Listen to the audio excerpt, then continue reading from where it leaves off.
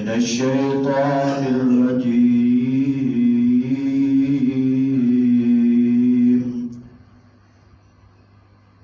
يا قومنا أجيبوا داعي الله وآمنوا به يغفر لكم من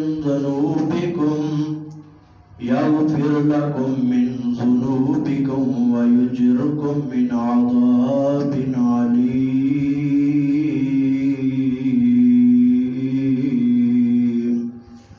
وقال الله تبارك وتعالى وما أرسلناك إلا رحمة للعالمين.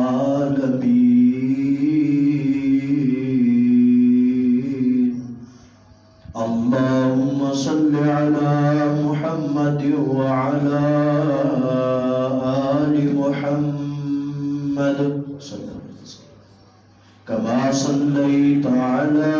إبراهيم وعلى آل إبراهيم إنك حميد مجيد.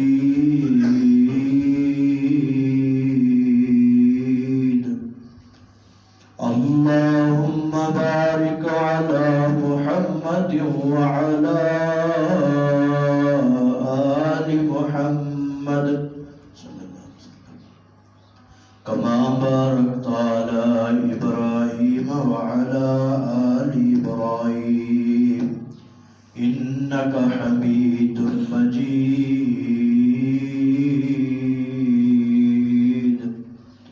رب اشرح لي صدري ويسر لي أمري واحلل عقدة من لساني يفقهوا قولي. رب زدني علما سبحانك لا علم لنا إلا ما علمتنا إنك أنت العليم الحكيم.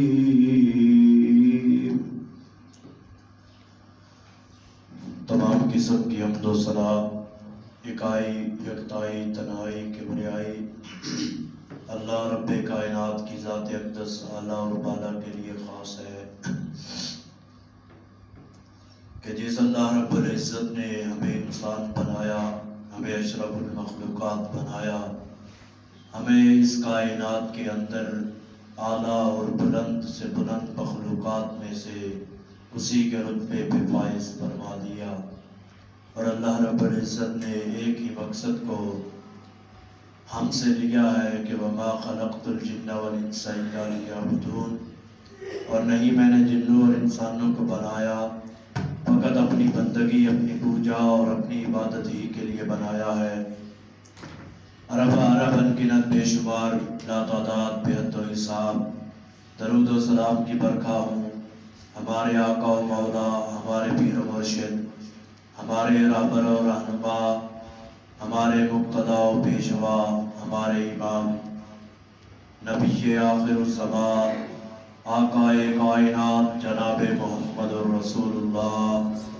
صلی اللہ علیہ وآلہ آلہ وصحبہ وبارک وسلم کی ذات مقدسہ کے لیے حضرات گرامی قدر رسول اللہ صلی اللہ علیہ وسلم کے فضائل کی اگر بات کی جائے تو یقین کیجئے اللہ رب العزت کا قرآن آپ کے فضائل کا شاہد ہے، آپ کے فضائل کا گواہ ہے. قرآن مجید کا کوئی پارہ ایسا نہیں ہے جس کے اندر رسول اللہ صلی اللہ علیہ وآلہ وسلم کا ذکر اور ذکر خیر موجود نہ ہو. اللہ رب العزت نے قرآن مجید میں فرمایا وَمَا أَرْسَلْنَاكَ إِلَّا رَحْمَةً لِلْعَالَمِينَ، کہ اے نبی کائنات صلی اللہ علیہ وسلم ہم نے آپ کو اس کائنات کے لیے رحمت بنا کے بھیجا ہے. تمام جہانوں کے لیے رسول اللہ صلی اللہ علیہ وسلم کی ذات کو اللہ رب العزت نے رحمت بنا کے اس دنیا کے اندر بھیجا ہے. اللہ رب العزت نے قرآن مجید کے ایک اور مقام پہ فرمایا وَمَا أَرْسَلْنَاكَ إِلَّا كَافَّةً لِلنَّاسِ بَشِيرًا وَنَذِيرًا، کہ اللہ رب العزت نے آپ کو نبی کریم صلی اللہ علیہ وسلم کی ذات کو پوری کائنات کے لیے، پوری دنیا کے لیے کافی بنا کے بھیجا ہے، کہ جب رسول اللہ صلی اللہ علیہ وسلم اس کائنات کے اندر جلوہ گر ہو گئے، آپ علیہ السلام اس دنیا کائنات کے اندر تشریف لے آئے، اب نبی کریم صلی اللہ علیہ وسلم سے قبل تو ایک نبی کے بعد دوسرے نبی کا سلسلہ جاری و ساری رہا ہے، لیکن جب رسول اللہ صلی اللہ علیہ وسلم اس دنیا میں آ گئے، اللہ رب العزت نے فرمایا اب کائنات تو ختم ہو سکتی ہے، قیامت تو آ سکتی ہے، لیکن کوئی ایک بھی صفحہ ہستی کے اوپر رسول اللہ صلی اللہ علیہ وسلم کے بعد نبی نہیں آ سکتا، کیونکہ وَمَا أَرْسَلْنَاكَ إِلَّا كَافَّةً لِلنَّاسِ، دنیا کے ہر انسان کے لیے، دنیا کی ہر مخلوق کے لیے آپ کو نبی بنا کے بھیجا گیا، آپ کو رحمت بنا کے بھیجا گیا، آپ جنات کے بھی نبی بن کے آئے، آپ انسانوں کے بھی نبی بن کے آئے۔ اور جنات کے بارے میں اللہ رب العزت نے قرآن مجید کے اندر فرمایا یا قومنا عجیبوا داعی اللہ، اللہ رب العزت نے رسول اللہ صلی اللہ علیہ وسلم کو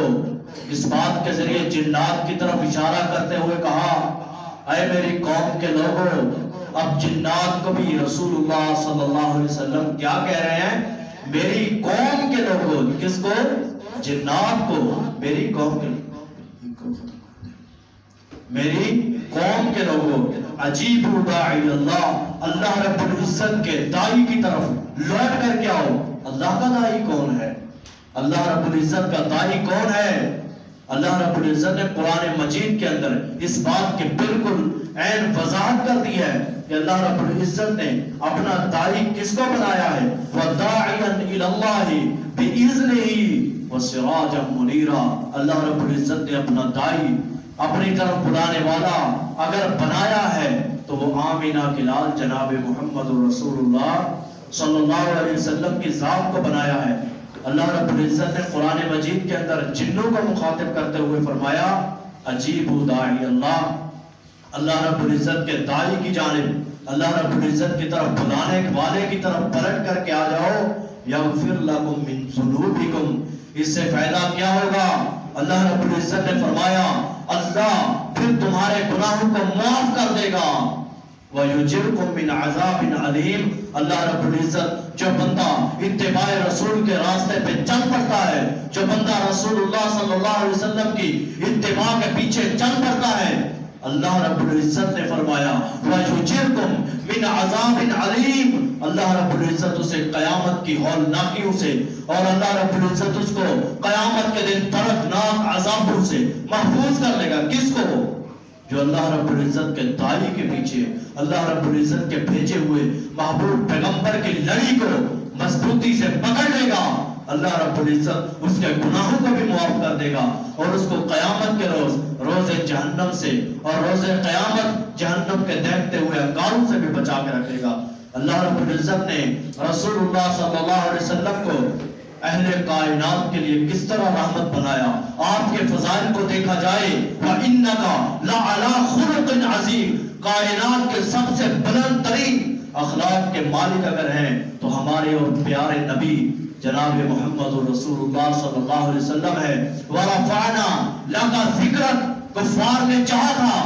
کہ رسول اللہ صلی اللہ علیہ وسلم کے جب بیٹے سیدنا ابراہیم آپ کے بیٹے تھے فوت ہو گئے، جب رسول اللہ صلی اللہ علیہ وسلم کے بیٹے فوت ہوئے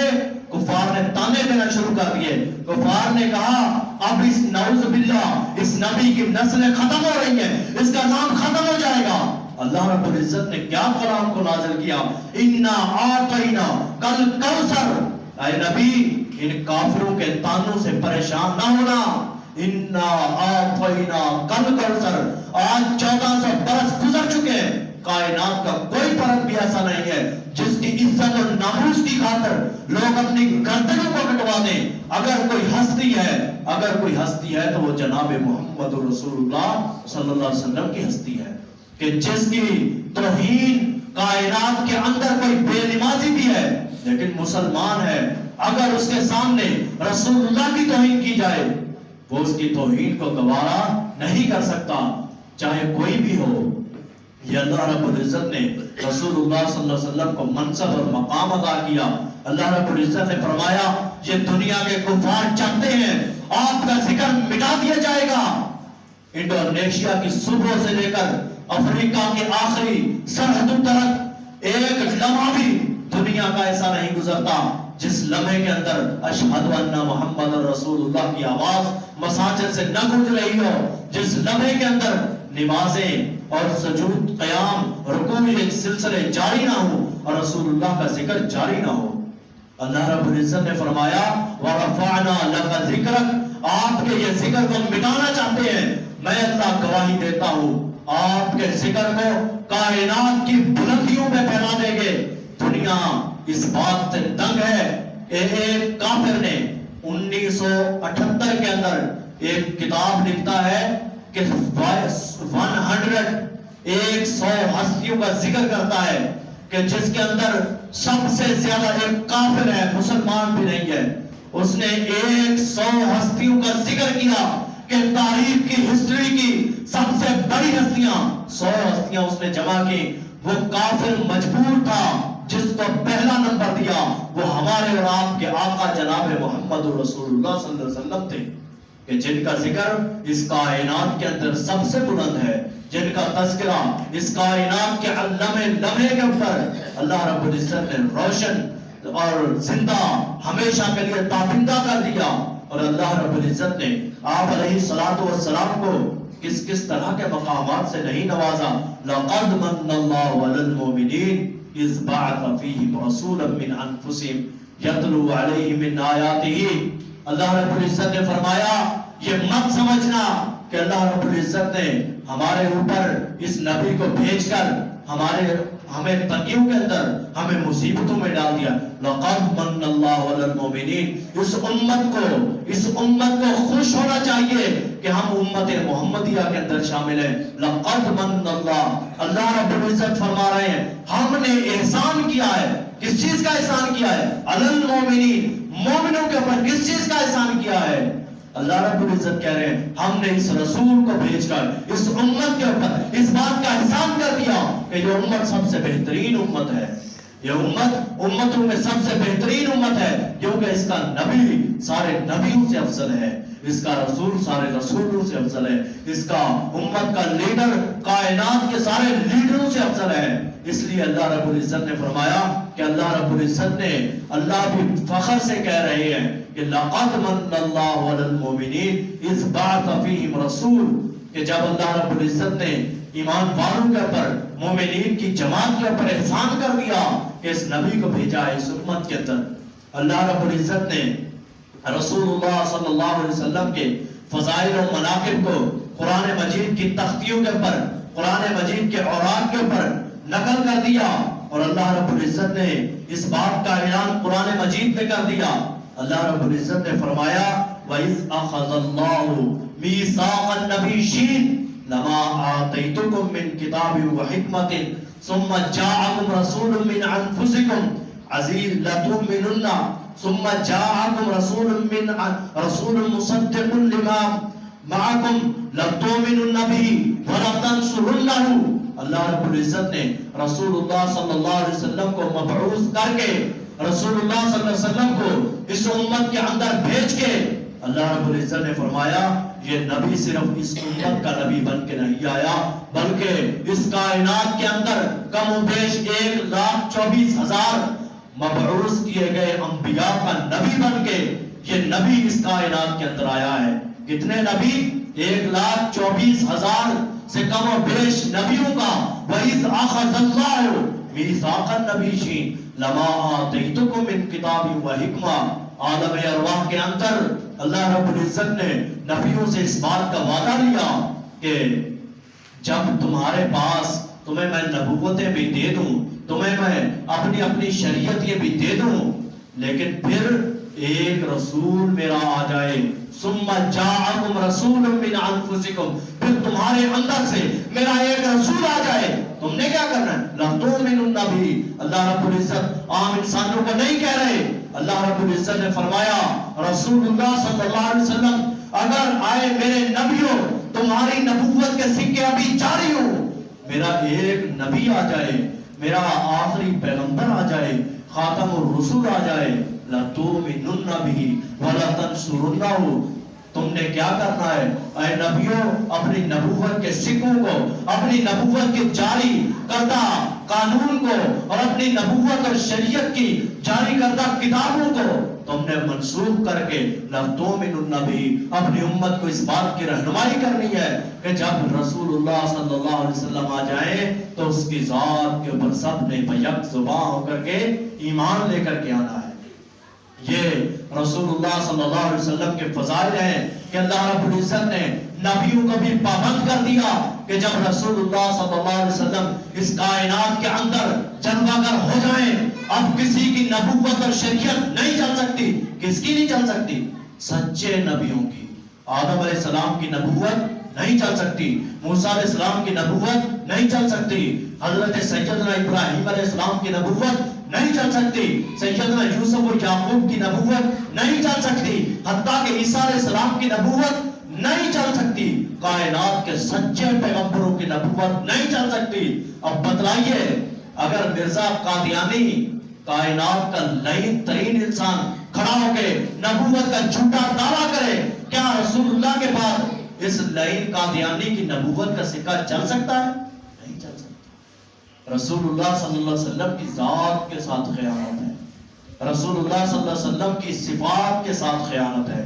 آپ علیہ السلام کے کو عطا کردہ شریعت کے ساتھ خیانت ہے کہ رسول اللہ کے موجودگی کے اندر کوئی یہ دعویٰ کر دے کہ میں بھی اللہ کا نبی ہوں، نعوذ باللہ۔ اور رسول اللہ صلی اللہ علیہ وسلم کی نبوت اور منصب، نبوت کا مقام تو یہ ہے کہ کوئی سی سچے نبی کی نبوت کا سکہ بھی نہیں چل سکتا، جھوٹے کی کیسے چل سکتا ہے؟ کسی جھوٹا اٹھے اور اٹھ کر کے رسول اللہ کی نبوت کے اوپر حملہ کرنا شروع کر دے۔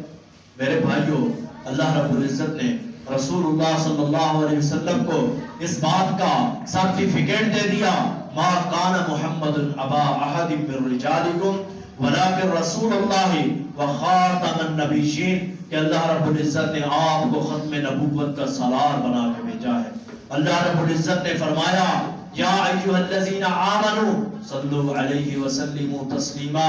اے ایمان کا دعویٰ کرنے والوں، ان اللہ وملائکتہ یصلون علی النبی،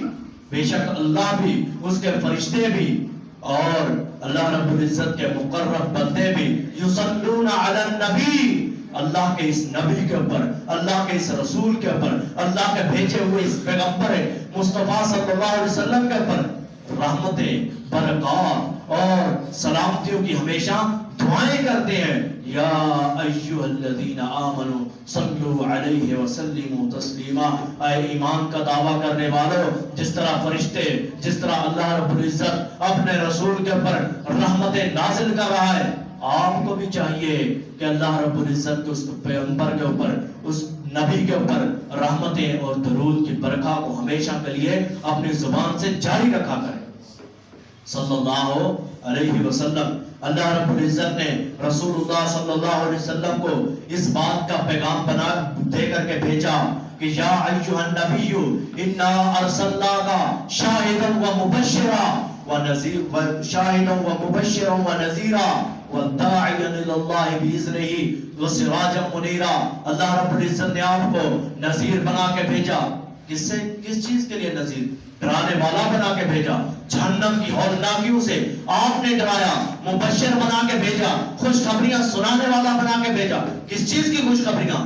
ذرا غور تو کیجئے، اور اللہ رب العزت کی جنت کی خوشخبریاں سنانے کے لیے آپ کو مبعوث کیا، آپ علیہ السلام کی ذات کو رحمت بنا کے بھیجا، آپ علیہ السلام کی ذات اور کمالات اور آپ کی صفات کے اندر یہ چیزیں شامل ہیں کہ رسول اللہ صلی اللہ علیہ وسلم رحمت ہے، کن کے لیے؟ ایمان والوں کے لیے نہیں، بلکہ رسول اللہ صلی اللہ علیہ وسلم یہودیوں کے لیے، غیر مسلموں کے لیے اور جو ایمان کے اندر نہیں آئے ان کے لیے بھی اللہ رب العزت نے رحمت بنا کے بھیجا. کس طرح ایک یہودی بچہ ہے، یہودی بچہ بیمار ہو گیا، رسول اللہ صلی اللہ علیہ وسلم اس کی عیادت کے لیے، اس کی تیمارداری کے لیے اس کے گھر کے اندر گئے.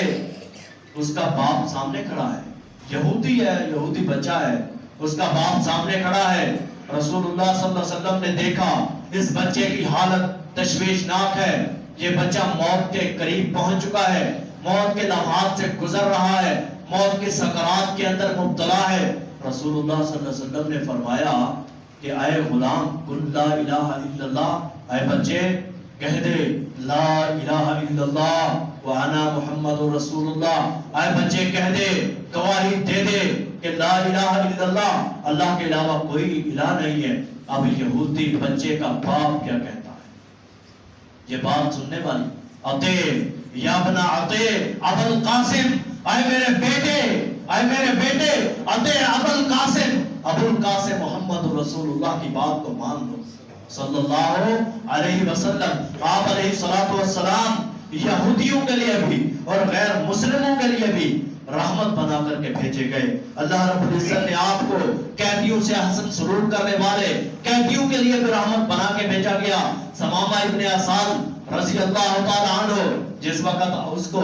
مسجد نبوی کے اندر قیدی بنا کر کے اس کو مسجد نبوی کے پلر کے ساتھ باندھ دیا گیا. میرے بھائیوں، کوئی دشمن کو اپنے گھر کا کھانا کھلا سکتا ہے جو اس کی بیٹیوں کے قاتلوں کے اندر شامل ہو؟ رسول اللہ صلی اللہ علیہ وسلم نے کیا دیکھا؟ رسول اللہ صلی اللہ علیہ وسلم کو یہ بھی یاد تھا کہ ثمامہ ابن اسال وہی ہے جس نے طائف کے اندر بچوں کو شرارتوں کے اوپر ابھارا تھا اور مجھ محمد رسول اللہ کو ان بچوں نے پتھر مارے تھے. رسول اللہ صلی اللہ علیہ وسلم کو یہ بھی یاد تھا کہ میرے صحابی سیدنا زبیر ابن عوام رضی اللہ تعالی عنہ اس کا قاتل بھی ثمامہ ابن اسال ہے. رسول اللہ صلی اللہ علیہ وسلم کو یہ بھی یاد تھا کہ میری بیٹی، میری اپنی بیٹی سیدہ کلثوم رضی اللہ عنہ اس کے قاتلین کے اندر بھی ثمامہ ابن اسال شامل ہے. لیکن مسجد نبوی کے تھم کے اندر، مسجد نبوی کے پلر کے ساتھ باندھا ہوا ہے. اب آپ کا رویہ دیکھیے، آپ کا طرز زندگی دیکھیے. آپ نے کہا میرے صحابہ سن لو، ثمامہ ابن اسال قیدی ہے، کافر ہے، ایمان نہیں لایا، لیکن یاد رکھ لیں ثمامہ ابن اسال کا کھانا کسی کے گھر سے نہیں آئے گا، اگر آئے گا تو میں محمد رسول اللہ کے گھر سے آئے گا صلی اللہ علیہ وسلم. آپ علیہ الصلوۃ والسلام کو اللہ رب العزت نے قیدیوں کے لیے بھی رحمت بنا کے بھیجا تھا اور قیدی بھی خوش ہوتے تھے. ثمامہ ابن اسال رضی اللہ عنہ، تاریخ کا ایک واقعہ ہے، ثمامہ ابن اسال رضی اللہ عنہ فرمانے لگے اتنا خوشحال تو میں اپنی ریاست اور حالت کفر کے اندر بھی نہیں تھا جتنا خوشحال میں محمد رسول اللہ کی جب آپ نے قیدی کر کے مجھے مسجد نبوی کے پلروں کے ساتھ باندھا ہوا تھا، جتنا خوشحال میں اس وقت تھا اتنا تو میں اپنے گھر کے اندر بھی خوشحال نہیں تھا. یہ ثمامہ ابن اسال کے الفاظ ہیں جس نے دشمنوں کا بھی اپنا بنایا ہے. رسول اللہ صلی اللہ علیہ وسلم جانوروں کے اوپر بھی رحم کرنے والے تھے کہ ایک مرتبہ ایک اونٹ، رسول اللہ صلی اللہ علیہ وسلم ایک راستے کے اوپر جا رہے ہیں، ایک اونٹ بھی جا رہا ہے، رسول اللہ صلی اللہ علیہ وسلم کو اونٹ شکایت کرنے لگا. پہلے ایک روایت کے اندر آتا ہے کہ اونٹ کو رسول اللہ صلی اللہ علیہ وسلم نے دیکھا کہ وہ ہانک رہا ہے، وہ بلبلا رہا ہے، وہ کسی کو پکار رہا ہے، وہ دھاڑے مار رہا ہے، اس کی آنکھوں کے اندر آنسو جاری ہے. تو رسول اللہ صلی اللہ علیہ وسلم نے خود پوچھا اس اونٹ سے کہ تجھے کیا ہوا ہے؟ اور ایک روایت کے اندر کہ رسول اللہ صلی اللہ علیہ وسلم نے صحابہ کو بتلایا اس کے مالک کو ڈھونڈو، اس کے مالک کو تلاش کرو کہ کیا اس کا مالک اس اونٹ کو چارہ کم دیتا ہے اور اس سے کام زیادہ لیتا ہے. ایک روایت کے اندر رسول اللہ صلی اللہ علیہ وسلم نے اونٹ کو مخاطب ہو کے کہا بتلا تو رو کیوں رہا ہے، بتلا تو دھاڑے کیوں مار رہا ہے؟ اونٹ نے بتلایا کہ میرا مالک مجھ سے کام زیادہ لیتا ہے اور مجھے چارہ کم ڈالتا ہے. رسول اللہ صلی اللہ علیہ وسلم نے اونٹ کے مالک کو بلایا اور کہا آج کے بعد اگر تو نے ایسا کیا تو میں جلاد کو حکم دوں گا، وہ تجھے کوڑے مارے گا. جانوروں کے لیے رحمت بنا کے بھیجا گیا. رسول اللہ صلی اللہ علیہ وسلم بچوں کے اوپر بھی شفقت کرنے والے تھے. رسول اللہ صلی اللہ علیہ وسلم ایک روایت کے الفاظ ہیں سیدہ زنیرہ جس کی آنکھوں کو نکال دیا گیا تھا رضی اللہ تعالی عنہ، وہ فرماتی ہیں، سنن ترمذی کی روایت ہے، حسن درجے کی مسند احمد کے اندر بھی روایت موجود ہے، سیدہ زنیرہ رضی اللہ عنہ فرماتی ہے کہ جس وقت رسول اللہ صلی اللہ علیہ وسلم کے پیچھے کافروں اور مشرکوں نے اپنے شرارتی بچوں کو لگایا تھا تو رسول اللہ صلی اللہ علیہ وسلم کو وہ پتھر مارتے تھے، لیکن جو بچہ ان میں سے گر جاتا تھا وہ رسول اللہ کو کنکریاں مارتے تھے، جو بچہ ان میں سے گر جاتا تھا رسول اللہ صلی اللہ علیہ وسلم اس سے پکڑ کے خود کھڑا کر دیتے تھے، پکڑ کے خود کھڑا کر دیتے تھے۔ لیکن آج ہمارا طرز عمل تو ایسا نہیں ہے۔ رسول اللہ صلی اللہ علیہ وسلم کی زندگی کا، آپ کی سیرت کا مطالعہ کیجئے کہ رسول اللہ صلی اللہ علیہ وسلم فقراء اور مساکین کے ساتھ کس طرح رحم دلی سے پیش آنے والے۔ ایک آنے والی عورت آئی رسول اللہ صلی اللہ علیہ وسلم کو کہنے لگی، اے اللہ کے نبی صلی اللہ علیہ وسلم مجھے کچھ عطا کر دیجئے۔ رسول اللہ صلی اللہ علیہ وسلم نے فرمایا، کیا تو، عورت کو کہنے لگے، فرمانے لگے، کیا تو مسلمہ ہے، کیا تو ایمان لے آئی ہے؟ اس عورت نے کہا، لا، میں ایمان تو نہیں لائی، میں اسلام کے اندر داخل تو نہیں ہوئی۔ رسول اللہ صلی اللہ علیہ وسلم نے فرمایا، تجھے کیا چاہیے؟ عورت کہنے لگی، مجھے کھانے کے لیے کچھ عطا کر دیجئے، میرے بچے بھوکے ہیں، مجھے کھانے کے لیے کچھ عطا کر دیجئے۔ رسول اللہ صلی اللہ علیہ وسلم نے حضرت عبداللہ ابن عمر رضی اللہ عنہ کو حکم دیا، جاؤ، جو خواہش یہ عورت رکھتی ہے بیت المال کے اندر سے اسے وہی اٹھا کر کے دے دو۔ رسول اللہ صلی اللہ علیہ وسلم عورتوں کے لیے، بچوں کے لیے، غرباء کے لیے، مساکین کے لیے، جانوروں کے لیے آپ علیہ الصلوۃ والسلام کو اللہ رب العزت نے رحمت بنا کر کے بھیجا، اور اللہ رب العزت نے فرمایا کہ وما خلقت الجن والانس الا لیعبدون، کہ اللہ رب العزت نے انسانوں کے اوپر ایک اتنے بڑے رہبر اور اتنے بڑے نبی کو بھیجا، اس کے بعد ایک مطالبہ اللہ رب العزت نے لیا ہے کہ وما خلقت الجن والانس الا لیعبدون لقد من اللہ علی المؤمنین، مومنوں کے اوپر اللہ کا احسان بھی ہے کہ اللہ نے ان مومنوں کو، ان ایمان والوں کو رسول اللہ صلی اللہ علیہ وسلم کا امتی بنایا۔ امتی بنانے کے بعد ایک مطالبہ کیا، وما خلقت الجن والانس الا لیعبدون، اور میں نے جنوں اور انسانوں کو اسی لیے بنایا کہ وہ اللہ رب العزت کی عبادت کریں، اللہ رب العزت کے ریاضت کریں۔ اللہ رب العزت مجھ سمیت میں نے جو کچھ بیان کیا اللہ تعالیٰ سمجھنے کے اور اس کے اوپر عمل پیرا ہونے کی توفیق عنایت فرمائے۔ سبحان ربک رب العزت عما یصفون وسلام علی المرسلین والحمد للہ رب العالمین۔